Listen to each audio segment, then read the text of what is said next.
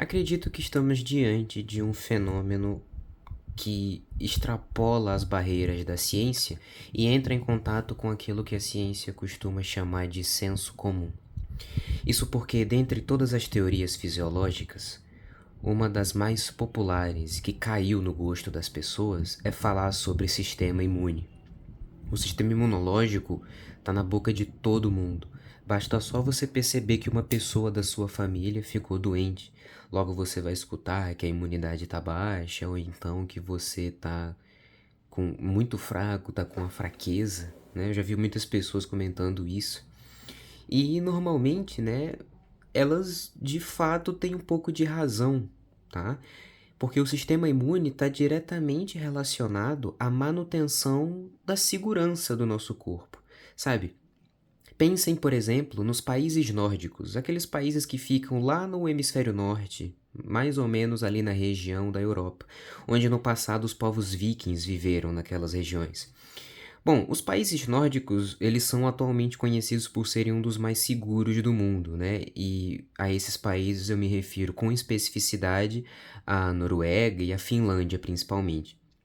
Eu lembro, não faz muito tempo, inclusive, de ter lido uma matéria num jornal finlandês falando sobre a necessidade que os presídios finlandeses precisavam de terapeutas, porque os presídios, apesar de serem penitenciárias enormes e comportar centenas de presidiários, eles só tinham um ou dois presos. E esse um ou dois presos sofriam com sintomas de depressão, porque só eles ficavam lá dentro. Então, por um lado, isso mostra o quão seguro é esse país, mas por outro, mostra que nem tudo é perfeito, tá? Porque mesmo assim, aqueles presos precisavam de tratamento psíquico. Mas essa discussão encaixa em quê? É simples. Mesmo nesses países onde os índices de segurança pública são altíssimos e que a polícia praticamente não trabalha, como por exemplo a polícia do Rio de Janeiro, né? Assim, não trabalha, eu não queria ofender, óbvio que eles trabalham, mas em relação à polícia carioca, né? Óbvio que eles não trabalham. Mas mesmo assim, diante dessas benesses sociais, políticas, enfim, a polícia ainda existe nesses países.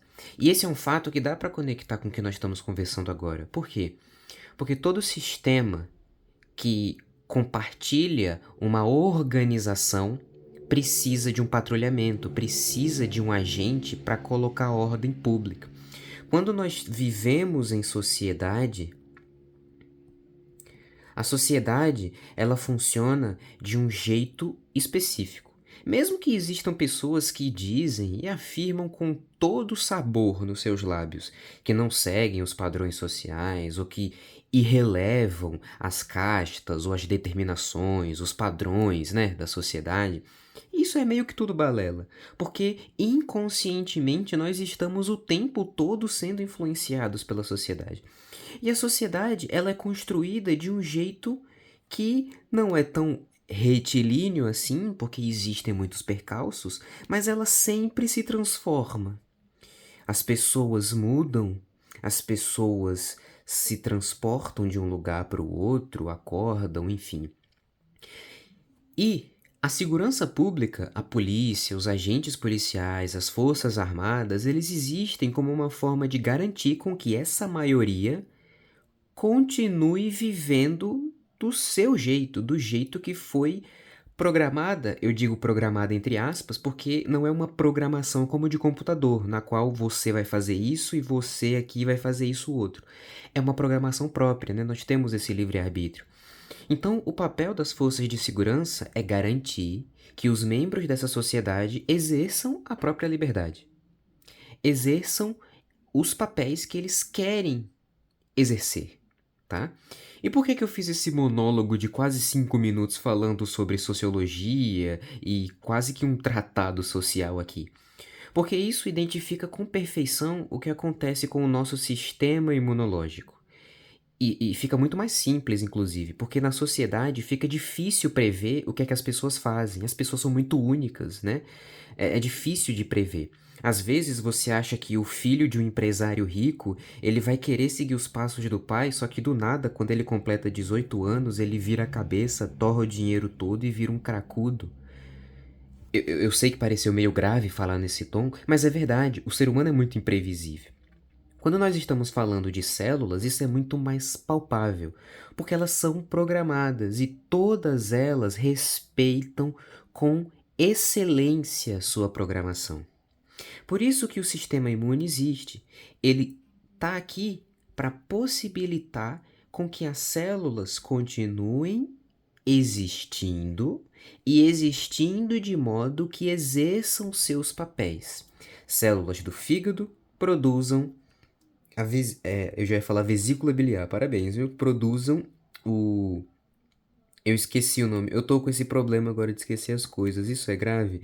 As células dos pulmões, os pneumócitos tipo 2, produzindo líquido surfactante, as glândulas estomacais produzindo secreção ácida, enfim, tudo tem que estar em ordem. É por isso que o sistema imune existe. E isso faz total sentido, inclusive em relação ao câncer, tá?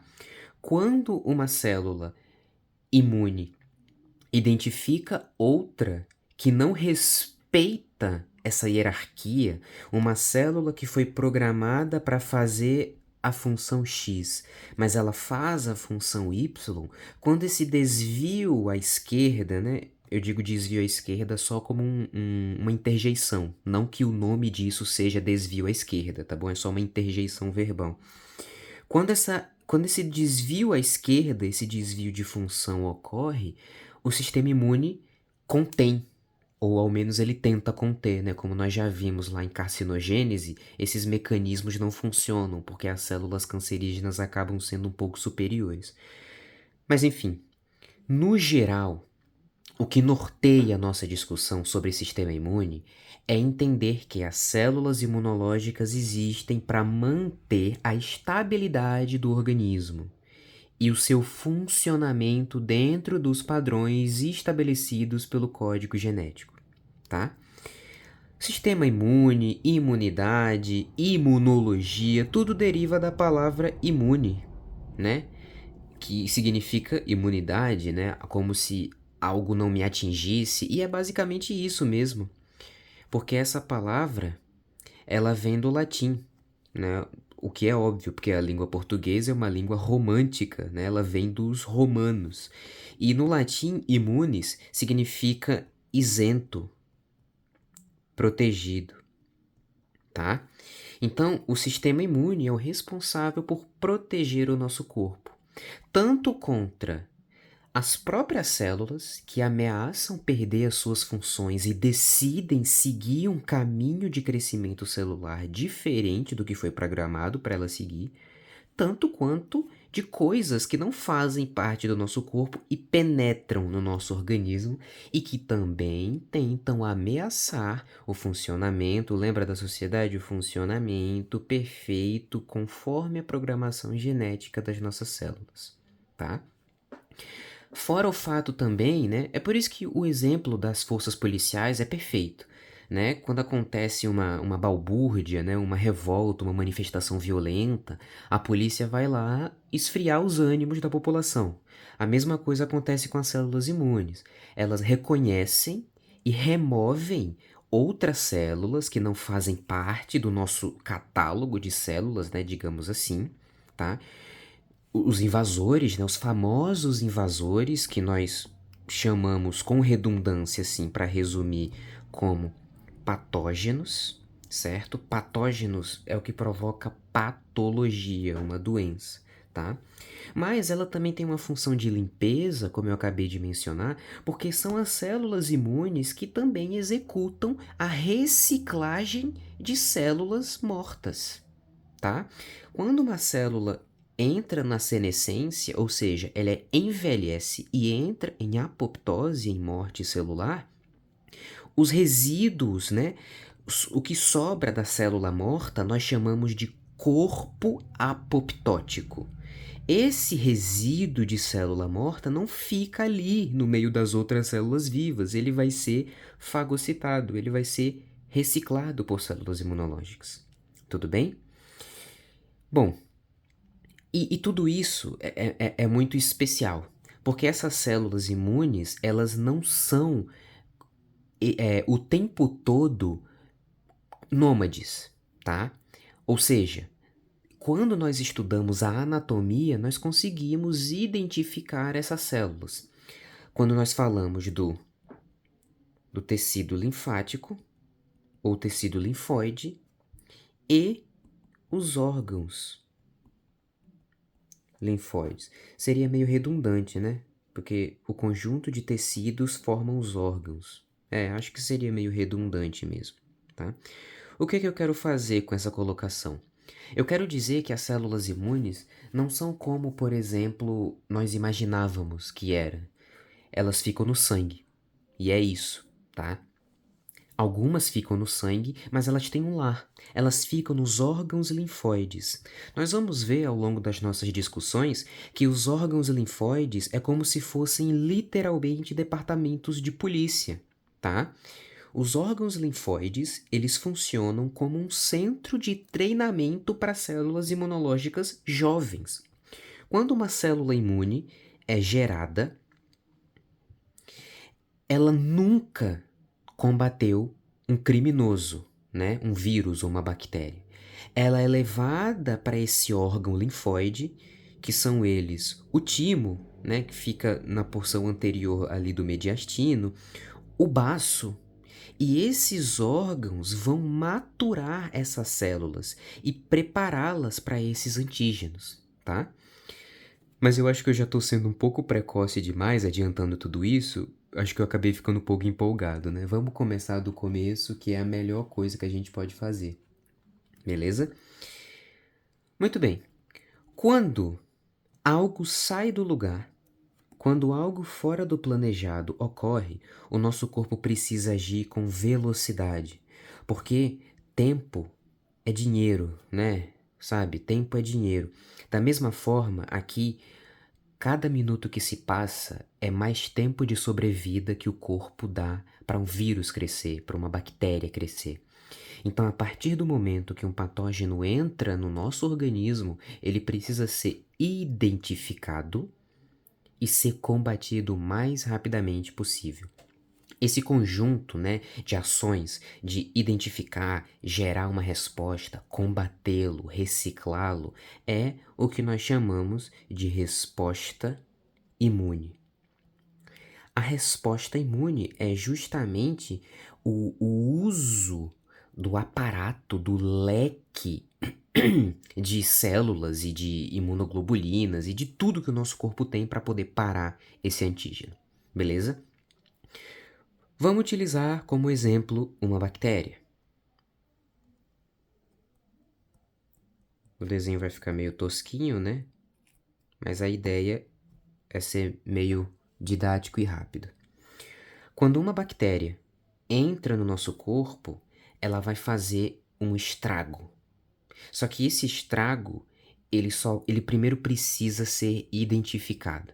E aí nós vamos ter que primeiro diferenciar como isso acontece. E nós vamos começar do básico. Do zero, o que nós podemos começar a entender? Como essa bactéria entrou? Porque o nosso corpo é fechado, certo? Nosso corpo tem cavidades fechadas. Imagine só você, uma bactéria que peregrina o sangue. Ou, por exemplo, o patógeno causador da malária. Ele peregrina o sangue. Mas nós sabemos que o nosso sangue não fica à mostra na nossa pele, nem nos nossos dedos. Então, para nós começarmos a imunologia, essa análise de resposta imune, vamos identificar primeiro o que faz um patógeno penetrar nas nossas barreiras, nos nossos selos de segurança. E para isso, nós vamos começar com o conceito fundamental de imunidade inata. A imunidade inata é um tipo de imunidade, porque no nosso corpo existe também a imunidade adaptativa, São dois tipos diferentes. Eu vou dar preferência por essa aqui, porque foi como nós começamos a nossa discussão, tá? A imunidade inata é uma proteção que o nosso corpo tem, que é inata, ou seja, é intrínseca. Enquanto que a imunidade adaptativa, ela é adquirida ao longo do tempo, certo? Mas eu gostaria de deixar essa discussão aqui para ser feita posteriormente. Eu queria primeiro, para responder a pergunta sobre como que o patógeno penetra no nosso sistema de segurança, falar sobre a imunidade inata. Beleza? Então vamos lá. A imunidade inata é tudo aquilo que já existe no nosso corpo e que é usado pelos nossos tecidos para nos proteger. Existem células que fazem parte da imunidade inata? Existem, mas não são só células que atuam nessa imunidade inata. Tudo bem? O que eu quero dizer com isso? Pensem, por exemplo, a nossa pele, que é o maior órgão do corpo humano. Diferente do que acontece com uma folha de papel, quando você mergulha ela na água e ela vem toda molhada, a nossa pele é impermeável, tá? A nossa pele é impermeável com células epiteliais justapostas, o que dificulta espaços intercelulares, né? O que dificulta a possibilidade de algum patógeno entrar, porque já são células justapostas, bem fechadinhas, certo? Então, a nossa pele, o maior órgão do corpo humano, já faz parte, já é elencada como um item de imunidade, tá? A pele é um aparelho de imunidade, por causa da capacidade de impermeabilizar o nosso organismo, certo? Ela evita a nossa desidratação e evita literalmente que alguma coisa entre, ó, porque tá fechado aqui. Aqui debaixo da face anterior da minha mão tem tendões, tem aqui o ligamento transverso do punho. Eu tenho estruturas celulares que podem ser peregrinadas por antígenos, por patógenos, mas não são, porque a pele impede essa entrada. Beleza? Outro aparato que é até meio óbvio, se você nunca parou para pensar, são as nossas mucosas. Pensem, por exemplo, a mucosa do trato gastrointestinal do estômago. O estômago faz a secreção ácida do ácido clorídrico. Tenta pesquisar aí na internet para você ver um cara derretendo coisas com ácido clorídrico. Ele pega uma colher de metal, brother, enfia num becker cheio de ácido e ela volta nada. Ela definha parecendo pó. Tá ligado? O ácido clorídrico é potentíssimo. Então, normalmente, quando e se acontecer, né, que ao longo da nossa vida acontece trocentas vezes, né, porque nem sempre a gente lava a mão direito, se acontecer de nós ingerirmos algum alimento com algum patógeno ali, ele já morre de cara assim que chegar no estômago, né? Salvaguarda algumas exceções, como os parasitas, né, como tênia, ascaris lumbricoides, porque como eles são parasitas especialistas em parasitar o organismo humano, eles têm uma adaptação evolutiva, eles têm uma casca que protege eles contra a acidez. Mas essa é só uma exceção, né? No geral, a maioria dos patógenos, dos vírus e bactérias não resistem a um ácido clorídrico, né? Mais uma exceção, a Helicobacter pylori, tá? Mas enfim, são só as exceções, tá? São o quê? As exceções são 5%. Os outros 95%, eles não estão preparados para acidez. Portanto, o nosso ácido estomacal também é um aparelho de imunidade inata. Beleza? Lembram também, e aí a gente vai fazendo uma recapitulação para refrescar a memória. Disso aqui, ó, do epitélio ciliado respiratório.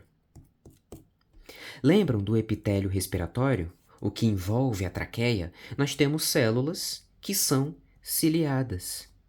Essas célulazinhas ciliadas, elas são importantes. Primeiro porque ao longo dessas células nós temos células que são caliciformes e produzem muco. O muco é despejado no lúmen e se emaranha entre os estereocílios. Quando nós respiramos um patógeno pela nossa via aérea, ele percorre a nossa traqueia e ele, ao longo desse trajeto de descida, né, até alcançar os pulmões, ele se enrosca aqui, ó, nos estereocílios. Pensem que aqui é a traqueia, né, e os estereocílios estão aqui, ó, ao longo da traqueia.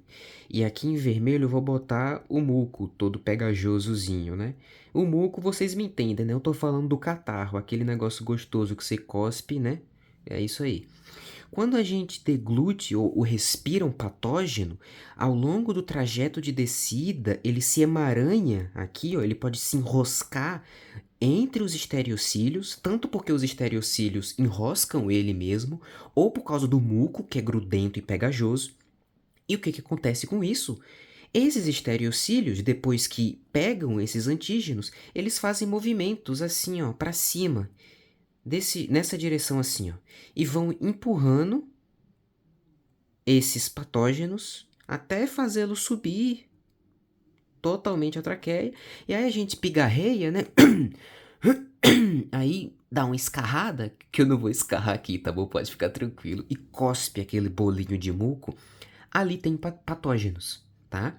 Então, o epitélio ciliado respiratório também é um aparelho de imunidade inata, tá? Isso ajuda a justificar, por exemplo, por que que durante épocas do ano mais frias, né, durante o inverno, nós ficamos resfriados com muito mais facilidade. Primeiro porque esses estereocílios se mexem com mais lentidão, então dá mais tempo desses patógenos se proliferarem um pouco. E segundo, porque a gente costuma, né, ficar em lugares fechados com várias pessoas e aí o ar vai circulando, aí uma tuberculosezinha ali entra no nariz de um, sai pela boca de outro e tal, né, desse jeito aí. Beleza? Que mais que eu posso falar? Ainda sobre mucosas, né? Eu posso falar também sobre a porção interior da vagina, tá? A vagina é um ambiente que é propício para ser inóspito para organismos patogênicos, certo? Por que que você acha que normalmente os espermatozoides eles precisam estar envolvidos com o sêmen? Os espermatozoides são produzidos no testículo, tá? Tecnicamente, você se perguntaria qual que é a função da próstata, então, né? Já que a próstata não produz os gametas. A próstata, junto com a vesícula seminal, produzem o líquido seminal. Ele envolve os espermatozoides, e esse líquido seminal é parcialmente alcalino, para combater o pH ácido da vagina, que é propositalmente ácido para impedir a entrada de patógenos, certo? Beleza? Outras coisas também que também fazem parte, né, da nossa imunidade inata são, por exemplo, a lisozima. Eu tô esquecido agora se aqui é com Z ou com S. Vocês vão me perdoar aí esse erro de português, viu? Se tiver errado, tô passando uma vergonha, meu Deus que me perdoe. Mas o meu cérebro tá fritando aqui. Só hoje eu já me perguntei que dia é hoje umas 4 vezes, então tá tudo bem. Essa lisozima aqui, galera, é uma enzima que está presente nas nossas lágrimas. E essa enzima, ela consegue penetrar na parede celular de algumas bactérias. Olha que doido isso, as nossas lágrimas têm uma enzima que cliva, que quebra a parede celular de alguns tipos bacterianos, tá? Ou seja, em síntese, eu já apresentei para você inúmeros argumentos de que a imunidade não necessariamente se refere só às células, beleza? Imunidade também abrange aqueles aparelhos corporais que nos protegem e que evitam o corpo de adoecer, como todos esses que eu acabei de mencionar agora, beleza? Bom, agora nós vamos conversar especificamente sobre as células, que fazem parte da imunidade inata. Quando nós falamos sobre imunidade inata, É óbvio pensar que é uma proteção que nós já nascemos com ela, é automática, ela já vem conosco, é programada para vir conosco. E isso não está errado, esse raciocínio faz mesmo sentido. A questão aqui é que essas células inatas, elas conseguem combater os antígenos, os patógenos, só que elas atacam todos os patógenos da mesma forma.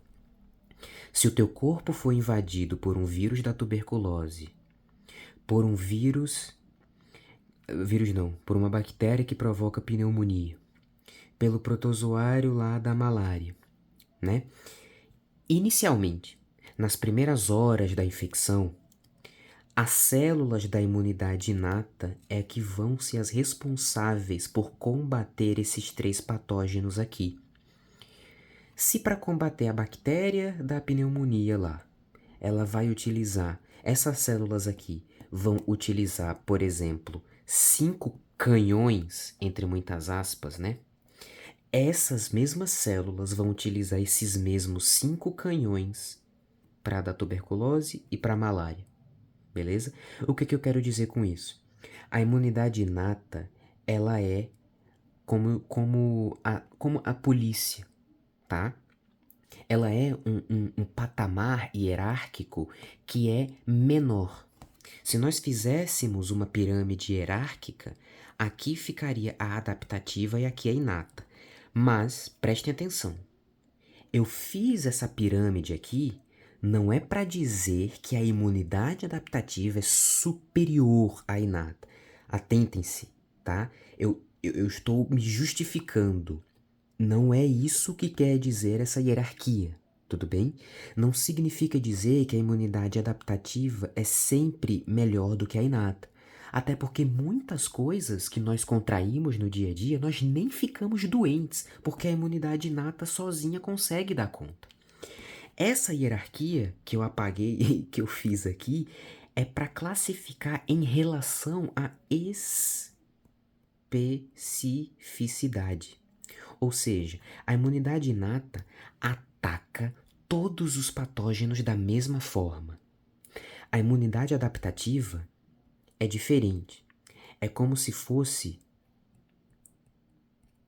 um psicopata. Um psicopata ou um sociopata, ele é aquele cara que quando fissura numa pessoa, ele vai nos mesmos lugares que ela, tenta saber do que aquela pessoa gosta, para ter assunto para conversar com ela, chega criando assunto, puxando assunto com coisas que ela gosta. Se é uma pessoa que tem algum tipo de carência, ela não é ouvida, eles se mostram pessoas agradabilíssimas, responsivas, carismáticas e que são finamente cultas. Eles estudam a vítima, eles entendem aquela pessoa, eles a ponto de fazerem isso tão bem, de manipularem os seus sentimentos, as suas ações, fazerem se sentirem culpadas quando ele quiser, tá? É exatamente isso que as células da imunidade adaptativa fazem. Elas não atacam os vírus e as bactérias e os protozoários e os patógenos, enfim. As células da imunidade adaptativa não atacam todos eles da mesma forma. Ela tem uma resposta específica para cada um. Esse aqui eu faço desse jeito. Esse aqui não dá certo fazer assim, então esse aqui eu faço de outro jeito. Ela é mais específica, especializada. Tudo bem? Mas, voltando agora para a nossa imunidade inata, eu gostaria de apresentar para vocês as nossas células da imunidade inata, que são os neutrófilos, eosinófilos, basófilos e monócitos, tá? São células que têm todas elas aqui, tá? Algumas da adaptativa também, mas eu quero só focar nessas. São células que todas elas são parentes porque elas vêm de uma célula-tronco mieloide, tá? O tecido mieloide A célula tronco mieloide é a mesma célula tronco que dá origem à hemácia. Tudo bem? São parentes, tá? A hemácia é parente desses caras aqui porque eles têm o mesmo progenitor. Claro, esse progenitor vai se diferenciar depois, eles seguem caminhos diferentes, mas elas são parentes, certo? Por que que essa informação é relevante? Porque essas células aqui, elas normalmente elas são circulantes. Elas ficam na corrente sanguínea da mesma forma que as suas primas, as hemácias, ficam. Beleza? Eu espero que isso tenha ficado claro. E aí, a gente consegue dividir tudo isso para facilitar a nossa discussão em granulócitos, agranulócitos, circulantes e não circulantes, tá? Nós chamamos as células de granulócitos, as células da imunidade inata, eu me refiro, tá? Porque quando nós observamos essas células pela primeira vez, né, principalmente é possível também em microscopia óptica, nós identificamos que os seus citoplasmas têm várias bolinhas, como essa imagem aqui que eu peguei do Google representa, tá? Essas bolinhas, quando nós identificamos, nós entendemos que elas são lisossomos. Esses lisossomos são organelas, tá? Lembra quando nós estudamos citologia no ensino médio? Organelas, complexo de Golgi, mitocôndria, aquela pauleira toda lá. Os lisossomos produzem enzimas proteolíticas, enzimas microbicidas, enzimas que degradam parede celular de bacteriana, parede celular bacteriana, membranas plasmáticas de seres patógenos, tá?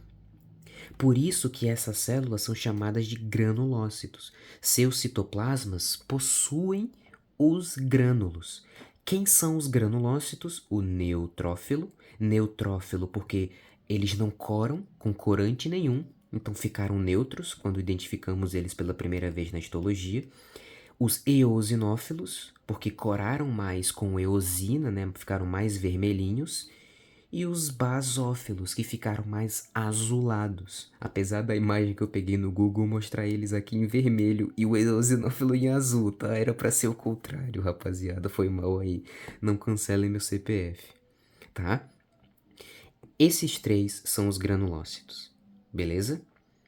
Quem são os agranulócitos? São células que não possuem esses grânulos, esses grãozinhos mesmo, nos seus citoplasmas.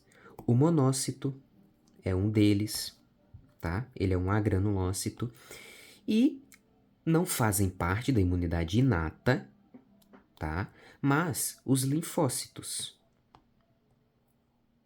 não tem grânulos. Estão vendo, ó? O citoplasma deles não tem grânulozinho nenhum. Beleza? E aí, qual é a próxima classificação também, se eles são circulantes ou não circulantes? Essa classificação de ser circulante ou não circulante se refere ao fato de que eles ficam na corrente sanguínea circulando, né, como se fosse uma viatura policial, ou se eles não circulam, eles ficam ali parados em um lugar, tá? É só isso que essa classificação quer dizer. Quem são os circulantes? Esses três aqui, né, o neutrófilo, o eosinófilo e o basófilo, eles ficam na corrente sanguínea. Se você pegar um exame de sangue com um leucograma, você vai ver os valores lá de referência, vai rebater os valores de referência lá dessas célulazinhas aqui, beleza? E os não circulantes são as células dendríticas, certo? E uma que não está representada aqui, que é o mastócito, beleza? Também é uma célula imune muito importante. Bem, agora que nós já sabemos como que, por protocolo, nós dividimos cada grupo, vamos falar especificamente sobre cada um desse tipo de células e por que que eles são tão diferentes e especiais, né? A começar pelo neutrófilo, por exemplo. O neutrófilo, como já comentamos, é uma célula classificada como pertencente da resposta imune inata, granulocítica e também chamada de polimorfonucleada. Falei grego? Polimorfonucleada, ou seja, Poli é vários, morfo é formato, nucleado. O núcleo tem vários formatos. Ele faz lóbulos. Isso aqui é um núcleo só, tá? Mas ele tem esse formato com alguns lóbulos. 1, 2, 3. Beleza? Os neutrófilos têm o núcleo, são polimorfonucleados e eles têm cerca de 2 a 5 lóbulos, tá? Eles podem ter, beleza? São células circulantes e são as células mais abundantes da nossa corrente sanguínea, correspondendo cerca de 60 a 70% das células inatas que existem circulando a corrente sanguínea, certo? São a primeira linha de defesa, o que significa dizer que, quando um patógeno entra no nosso corpo, muito provavelmente a primeira célula que ele dá de cara é um neutrófilo. Ele é o primeiro, tá? E é por isso também que ele é um dos primeiros a morrer.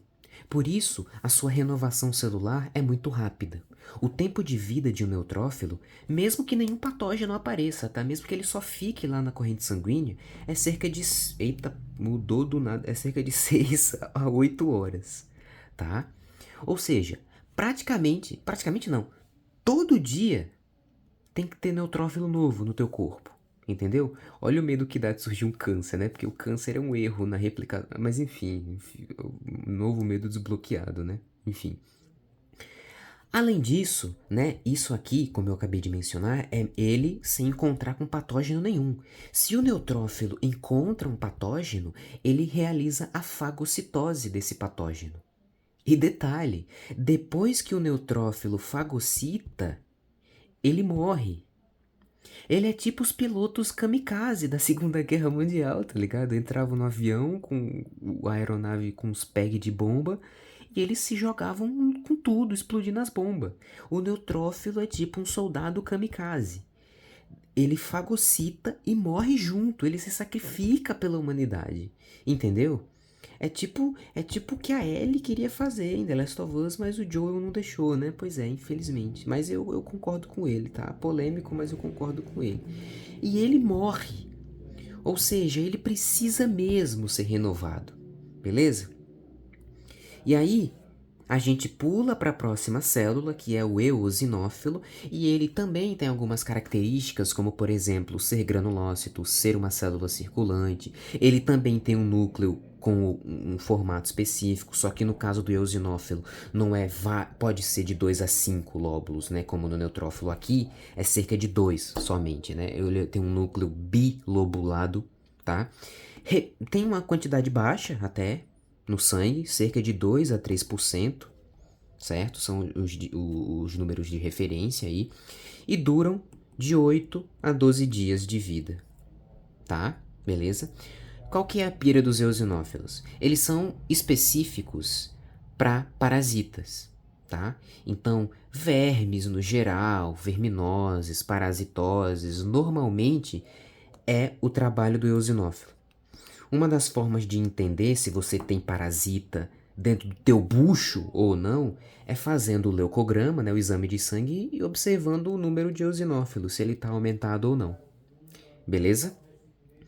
Dito isso, nós vamos para o próximo tipo celular, que é o basófilo, que também é uma célula circulante, que é uma célula granulocítica, porque tem grânulos citoplasmáticos, e o basófilo, ele é massa, porque o basófilo vai ser responsável, enquanto a sua resposta imunológica tá acontecendo, o basófilo vai produzir uma substância chamada de heparina e histamina. Olha só, eu sei que vocês já ouviram isso falar em algum lugar. Calma aí que a caligrafia tá começando a me prejudicar aqui. Galera, a heparina é uma substância anticoagulante. Ela evita a coagulação. Tudo bem? E a histamina é uma substância que está associada aos quadros inflamatórios. E a maneira como isso vai acontecer é muito interessante. Primeiro a heparina, né, que é uma substância fundamental, né? Esse polissacarídeo aqui, ele é importante porque é uma substância anticoagulante. Imaginem vocês, sabem quando você bate o dedo na quina bem o dedinho mesmo, você bate na quina da cama, ele fica vermelho e inchado, certo? Isso é o que normalmente acontece quando você bate o dedinho na quina. Pensem vocês nessa situação. Essa vermelhidão que fica no teu dedo quando você bate ele na quina da cama ou da mesa, enfim, ela é provocada por um evento que nós vamos entender isso quando estudarmos a inflamação, que é a vasodilatação. Eu vou escrever não, tá? Vou escrever sim, vai. Vasodilatação. O vaso sanguíneo fica maior, tá? E esse é o detalhe. Sabem quando a gente pega uma mangueira, a água tá saindo aqui da ponta, e a gente aperta um pouco assim e o jato sai muito mais forte?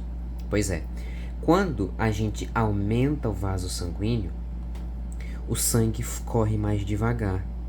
O aumento do diâmetro diminui a velocidade de fluxo. Isso é biofísica, certo? A gente viu isso em vasos sanguíneos, em fluxo sanguíneo e tal, essas coisas. Quando a velocidade do fluxo diminui, o sangue passa mais lentamente por aqui. E aí, poderia dar tempo do sangue dar uma coagulada, certo? No local da inflamação. Isso é ruim, porque formaria um trombo. A heparina é secretada justamente com essa intenção, evitar a coagulação do sangue, beleza? Para possibilitar que aquela região não se coagule e onde há dano celular, as células reparem e não que forme um trombo e ele acabe colapsando ali e tudo mais, beleza? A histamina é mais fácil de você lembrar. Quem tem rinite alérgica, então, fica mais fácil ainda. Eu, por exemplo, costumo tomar, sempre que tenho uma crise alérgica, um medicamento que é anti-histamínico. O anti-histamínico é um medicamento que modula a secreção de histamina pelas células inflamatórias, né, pelas células imunológicas. Essa histamina, ela é um potente vasodilatador. E além disso, a histamina funciona como um comunicador químico. É quase como se fosse um hormônio. Nós chamamos ela de citocina. O que é uma citocina? É uma substância, como a histamina, por exemplo, que tem a capacidade de, uma vez secretada, ela consegue recrutar, ela consegue avisar outras células imunes a irem para o local da lesão, tá? Então, a histamina está associada ao processo inflamatório. Ou seja, quando nós tomamos um antihistamínico na crise alérgica, é para cortar a inflamação. E aí a ponta do nariz que está vermelha, o rosto vermelho, né, pingando o muco, né, o famoso catarro, isso vai reduzir, porque o processo inflamatório foi inibido. Beleza? Em síntese, essas são as principais características das células imunológicas inatas como um todo, beleza? Quando nós estamos falando de monócitos, né, que é um tipo de célula que eu não dei muito foco para ele, os monócitos eles são importantes porque eles são muito familiares, mesmo que você pense que nunca ouviu falar nesse nome em toda a sua vida. Isso porque os monócitos normalmente são conhecidos como outra coisa. Esse aqui eu acho que com certeza você já deve ter ouvido falar, o macrófago. Os macrófagos, eles são muito famosos. E todo mundo sabe quem são eles, né? Porque eles são aquelas famosas célulazinhas, né? Que a gente via lá nas aulas de ciência do quinto ou sexto ano, sei lá, nem lembro mais quando que era. Ele é tipo uma boquinha, né, que come os negócios, tipo um Pac-Man. Ele faz a fagocitose, né? E é mais ou menos isso. Qual seria então, na prática, a diferença entre monócito e macrófago? O macrófago, na verdade, é uma célula que é residente, tá? O macrófago é uma célula que pertence a um tecido específico, beleza? Por exemplo, os osteoclastos nos ossos. Vocês sabiam que os osteoclastos, desenhar um aqui, os osteoclastos que ficam nos ossos, eles são os parentes dos macrófagos. As células tronco que dão origem aos macrófagos são as mesmas que se diferenciam depois para dar origem ao osteoclasto. E o osteoclasto é realmente um macrófago, ele reabsorve matéria óssea, ele come o osso, tá? A micróglia, lembram da micróglia?